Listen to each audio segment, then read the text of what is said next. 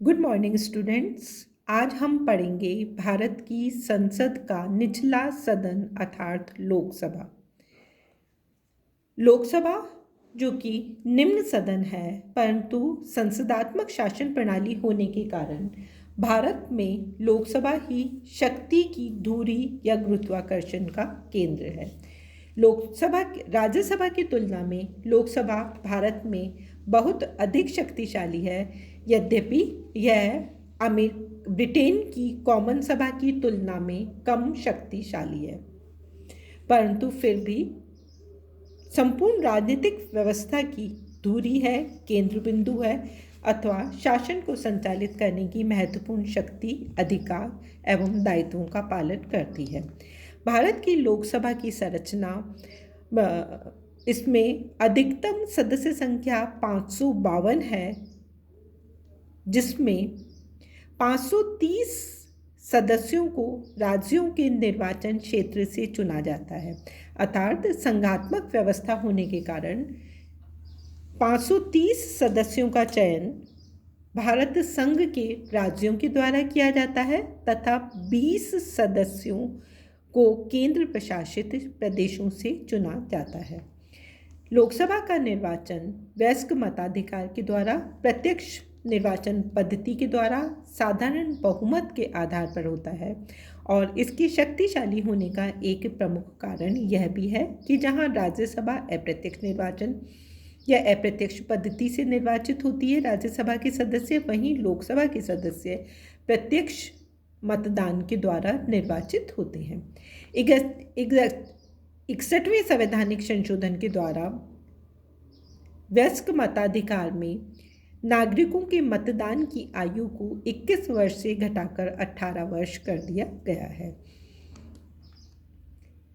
लोकसभा का सदस्य बनने की लगभग सभी योग्यताएं एक समान है, परंतु इसकी जहां राज्यसभा के सदस्यता प्राप्त करने की न्यूनतम आयु 30 वर्ष है, लोकसभा की सदस्यता प्राप्त करने के लिए न्यूनतम आयु 25 वर्ष है। यह भी एक कारण है कि राज्यसभा हमें अधिक वरिष्ठ या अनुभवी सदन के रूप में दिखाई देता है और लोकसभा अधिक क्रांतिकारी परिवर्तनशील सदन के रूप में दिखाई देता है।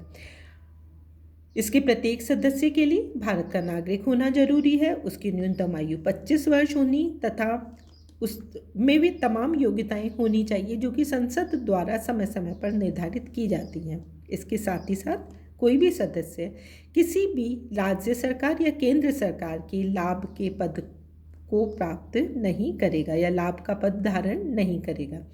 इन सब के अतिरिक्त यदि कोई पागल है, दिवालिया है या सरकारी अधिकारी है तो वह लोकसभा का सदस्य नहीं बन सकता। एक बार में कोई भी सदस्य संसद के दूसरे सदन या राज्यों की विधानसभा का सदस्य नहीं बन सकता। यदि ऐसा होगा तो उसका पद रिक्त माना जाएगा। लोकसभा का जो कार्यकाल है वह 5 वर्ष है, अधिकतम 5 वर्ष है। यद्यपि प्रधानमंत्री की सलाह पर या अन्य किसी विशेष परिस्थिति में राष्ट्रपति को इसे समय से पूर्व भंग करने का भी अधिकार प्राप्त है। आपातकाल में इसका कार्यकाल एक बार में अधिकतम 1 वर्ष के लिए बढ़ाया जा सकता है, परंतु आपातकाल समाप्त होने के पश्चात 6 माह के अंदर इसका निर्वाचन करवाना अनिवार्य है। इसकी गणपूर्ति राज्यसभा के सदस्यों के समान ही 1/10 है, अर्थात कुल सदस्यों की 1/10 सदस्यों का होना आवश्यक है, अन्यथा सदन की बैठक को स्थगित कर दिया जाता है। इसके अधिवेशन, लोकसभा का अधिवेशन वर्ष में एक बार होना अनिवार्य है तथा 2 अधिवेशन के मध्य 6 माह से अधिक का अंतराल नहीं होना चाहिए। सदन का विशेष अधिवेशन भी आमंत्रित किया जा सकता है, जिसके लिए 110 सदस्यों का लिखित नोटिस प्राप्त होना जरूरी है। लोकसभा के सदस्यों को राज्यसभा के सदस्यों के समान ही विशेषाधिकार प्राप्त है। सदन के भीतर इन्हें भाषण की पूर्ण स्वतंत्रता है, अर्थात सदन के अंदर विचार अभिव्यक्त करने पर किसी भी न्यायालय में उन पर मुकदमा नहीं चलाया जा सकता। राज्यसभा के सदस्यों की समान ही दीवानी मामलों में अधिवेशन के 40 दिन पूर्व व 40 दिन पश्चात गिरफ्तारी से इन्हें उन्मुक्ति प्राप्त है। फौजदारी मुकदमे में इन्हें गिरफ्तार किया जा सकता है, परंतु इनके गिरफ्तारी की सूचना सदन के अध्यक्ष को देना अब अनिवार्य है। लोकसभा में सत्तारूढ़ दल के साथ ही साथ विपक्ष को भी विशेष महत्व दिया गया है और यह अपेक्षा की गई थी कि विपक्ष के सदस्य रचनात्मक या सकारात्मक भूमिका निभाएंगे और यही कारण है कि विपक्ष का एक नेता चयनित किया जाता है जिसे कैबिनेट मंत्री के समान वेतन, स्थिति एवं महत्व प्राप्त है। सदन में राज्यसभा के समान ही पदाधिकारियों की व्यवस्था है। इसमें एक अध्यक्ष व एक उपाध्यक्ष का चयन किया जाता है और जो सदन में व्यवस्था बनाकर रखते हैं। चूंकि ये लोकसभा के सदस्यों के द्वारा ही चयनित किए जाते हैं, अतः इन्हें पद से हटाने का अधिकार भी लोकसभा के सदस्यों को प्रदान किया गया है। लोकसभा के अब हम कार्य एवं शक्तियां देखेंगे। चूंकि भारत में संसदात्मक शासन प्रणाली है और संसदात्मक शासन प्रणाली होने के कारण शक्ति की धुरी संसद है और संसद में भी चूंकि लोकसभा प्रत्यक्ष रूप से निर्वाचित होकर आती है और संसदात्मक शासन प्रणाली होने के कारण कार्यपालिका अपने दिन प्रतिदिन के कार्यों के लिए लोकसभा के प्रति अधिक उत्तरदायी होती है या उसका कार्यकाल लोकसभा की इच्छा पर्यंत ही पद पर रहता है। अतः यह शक्ति की धुरी के रूप में या शक्ति के केंद्र के रूप में हमें दिखाई देती है। इसका जो पहला कार्य अथवा शक्ति है वह है विधायी, अर्थात संविधान या देश के संचालन के लिए सभी प्रकार के विधि का निर्माण या कानून के निर्माण संबंधी शक्ति लोकसभा को प्राप्त है। यद्यपि इसकी शक्ति ब्रिटिश संसद के समान व्यापक नहीं है, अर्थात लोकसभा में निर्मित किए गए किसी भी कानून या विधेयक पर न्यायालय में विचार विमर्श किया जा सकता है। यदि वह संविधान के प्रतिकूल है तो सर्वोच्च न्यायालय उसे अवैध घोषित कर सकता है, परंतु फिर भी संघीय सूची, समवर्ती सूची तथा अवशेष विषयों पर विधि निर्माण करने की लोकसभा के पास व्यापक शक्ति है और संविधान का अनुच्छेद 249 के अनुसार यदि राज्य सूची में दिया गया कोई भी विषय राष्ट्रीय महत्व का घोषित कर दिया जाता है तो उस विषय पर संसद को कानून बनाने का अधिकार प्राप्त हो जाता है। अर्थात विधायी मामले में यह राज्यसभा के साथ मिलकर अपनी शक्तियों का प्रयोग करती है। राज्यसभा से किसी विषय पर मतभेद होने की स्थिति में संयुक्त अधिवेशन की व्यवस्था है और उस संयुक्त अधिवेशन में आमतौर पर लोकसभा की ही विजय होती है क्योंकि इसकी सदस्य संख्या अधिक है और प्रधानमंत्री और मंत्रिमंडल के अधिकांश सदस्य इसी के सदस्य होने के कारण उनका अधिक प्रभाव रहता है। अतः विधायी क्षेत्र में हमें लोकसभा राज्यसभा की तुलना में अधिक शक्तियों का प्रयोग करती दिखाई देती है। वित्तीय क्षेत्र में यदि हम देखें तो हम पाते हैं कि इसकी शक्ति अधिकतम है। राज्यसभा अधिक से अधिक इसके किसी भी विधेयक को 14 दिन के लिए विलंबित कर सकती है। 14 दिन के अंदर यदि राज्यसभा किसी वित्तीय विधेयक को वापस नहीं भेजती है तो लोकसभा उसे स्वीकृत मान सकती है। कोई भी विधेयक वित्तीय विधेयक है या नहीं इसे परिभाषित करने का या निर्धारित करने का अधिकार भी लोकसभा के अध्यक्ष को ही दिया गया है। अतः लोकसभा के पास वित्तीय क्षेत्र में व्यापक शक्ति प्राप्त है।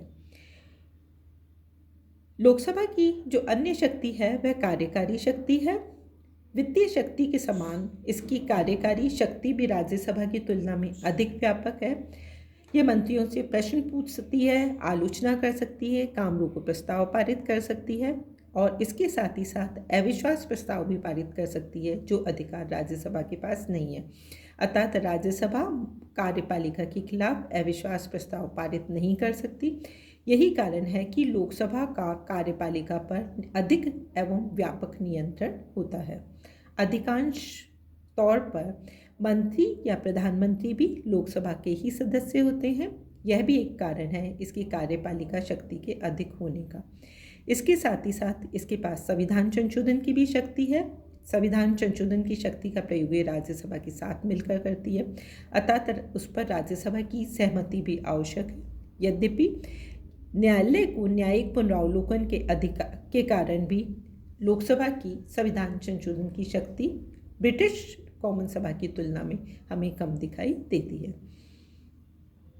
परंतु संविधान में होने वाला प्रत्येक संशोधन के लिए लोकसभा की स्वीकृति आवश्यक है। इसके अलावा इसे कुछ अन्य एवं विविध शक्तियां भी प्राप्त है, जिसका प्रयोग ये राज्यसभा के सदस्यों के साथ मिलकर करती है, जिसमें राष्ट्रपति का चुनाव है। राष्ट्रपति का चुनाव लोकसभा, राज्यसभा और राज्यों की विधानसभाओं के सदस्य मिलकर चयन करते हैं। अतः राष्ट्रपति के निर्वाचन के लिए लोकसभा के सदस्यों का समर्थन मिलना आवश्यक है, या राष्ट्रपति के निर्वाचन में यह महत्वपूर्ण भूमिका निभाती है। उपराष्ट्रपति का चुनाव यह राज्यसभा के सदस्यों के साथ मिलकर करती है, अर्थात लोकसभा और राज्यसभा के सदस्य मिलकर उपराष्ट्रपति का चयन करते हैं।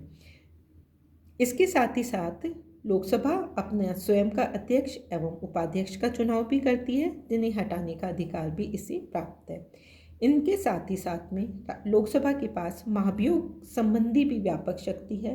वह राष्ट्रपति, उपराष्ट्रपति और न्यायाधीशों पर महाभियोग लगाती है, जिसमें यह राज्यसभा का भी सहयोग लेती है, अर्थात लोकसभा और राज्यसभा दोनों राष्ट्रपति, उपराष्ट्रपति और न्यायाधीशों पर अलग अलग महाभियोग लगाते हैं। लोकसभा इनके साथ ही साथ में आपातकाल की घोषणा का अनुमोदन भी करती है। राष्ट्रपति का आपातकाल या राष्ट्रपति के आपातकाल की घोषणा लोकसभा के अनुमोदन के बिना स्वीकृत नहीं होती। यदि लोकसभा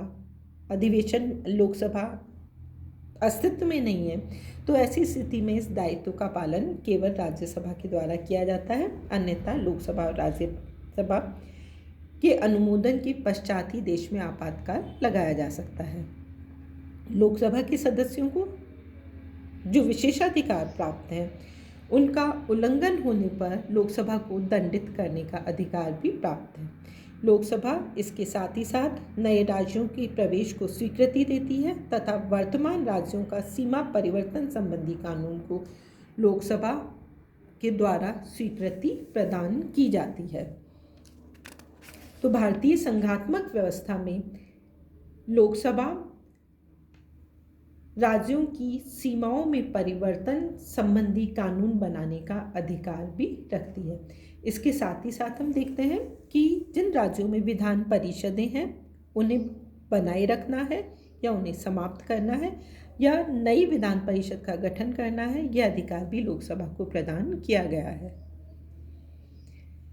अब हम देखेंगे कि भारत की जो लोकसभा या भारत की जो संसद है, वह उसका महत्व या उसका मूल्यांकन क्या है, या उसमें क्या कमी और क्या गुण है। भारत में संसदात्मक शासन प्रणाली होने के कारण कार्यपालिका के दिन प्रतिदिन के कार्यों पर संसद का नियंत्रण होता है और भारत की संसद कार्यपालिका पर पर्याप्त नियंत्रण रखती है, उसे निरंकुश होने से बचाने का प्रयास करती है। इसके साथ ही साथ में भारत की संसद का एक यह भी महत्व है कि स्वतंत्र भारत में संसद के द्वारा या लोकसभा के द्वारा विभिन्न क्षेत्रों में सामाजिक, आर्थिक एवं राजनीतिक सुधार किए गए हैं। समाज के पिछड़े वर्ग को आगे लाने के लिए समय समय पर आरक्षण की जो व्यवस्था थी, उसमें परिवर्तन किया गया है। आर्थिक सुधार हेतु प्रीवी पर्स की समाप्ति या बैंकों का राष्ट्रीयकरण या जीएसटी जैसे विधेयकों को पारित किया गया है। राजनीतिक सुधार में यदि हम देखें तो गुणवत्ता को बनाए रखने के लिए या राजनीतिक सुधार के लिए दल बदल अधिनियम पारित किया गया। इसके साथ ही साथ में राजनीतिक अपराधीकरण को रोकने के लिए भी समय समय पर संसद के द्वारा प्रयास किया गया है। भारत की संसद इन सब के साथ ही साथ जन समस्याओं के निराकरण करने का भी प्रयास करती है और जो प्रश्नकाल तथा शून्यकाल का समय होता है, उसमें जनता की शिकायतों के संबंध में पूछताछ की जाती है या उनका समाधान करने का प्रयास किया जाता है। केवल इतना ही नहीं, महात्मा गांधी के स्थानीय स्वशासन को महत्व देने के लिए या उसे स्थापित करने के लिए संसद के द्वारा पंचायत राज संस्थाओं या नगरीय क्षेत्र में स्थानीय स्वशासन अधिनियम को भी पारित किया गया है। तो इस प्रकार संसद संविधान निर्माताओं की इच्छाओं को क्रियान्वित करने के लिए निरंतर प्रयत्नशील दिखाई देती है। इनके साथ ही साथ हम देखते हैं कि इतना सब होने के बाद भी भारत की जो लोकसभा या भारत की जो संसद है उसमें कुछ कमियां भी हमें दिखाई देती हैं। तमाम प्रयासों के पश्चात भी हम देखते हैं कि भारत की संसद में आज भी हमें कुछ कमी दिखाई देती है, जिसका कि एक प्रमुख कारण कमज़ोर विपक्ष का होना भी है। स्वतंत्रता प्राप्ति के पश्चात से ही हम देखते हैं कि कुछ समय को छोड़कर आमतौर पर विपक्ष कमजोर रहा और अपनी सकारात्मक भूमिका को निभाने में या सत्तारूढ़ दल पर पर्याप्त नियंत्रण रखने में असफल रहा है, जो कि लोकतंत्र के लिए घातक है।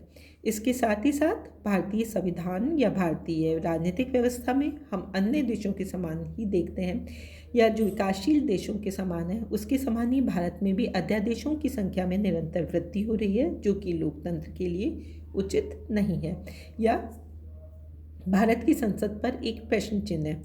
इसके साथ ही साथ तमाम प्रयासों के बाद भी लोकसभा या राज्यसभा में असंसदीय भाषा या व्यवहार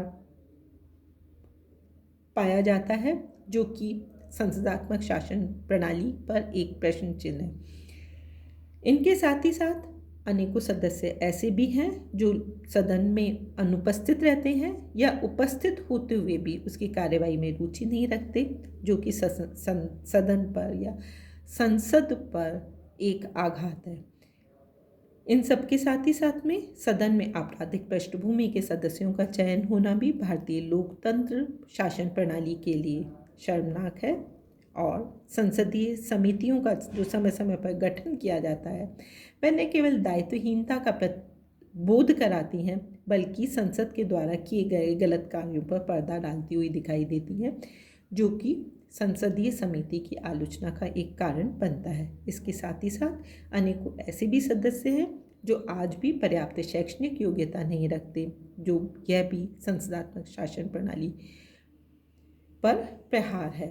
तो इस प्रकार भारतीय संसद ने यद्यपि स्वतंत्रता प्राप्ति से लेकर अब तक जन आकांक्षाओं को पूरा करने का या लोकतंत्र की ओर अग्रसर होने का निरंतर प्रयास किया है, परंतु फिर भी कुछ कमियां हैं जिन्हें हमें दूर करने का प्रयास करना चाहिए। धन्यवाद। जय हिंद।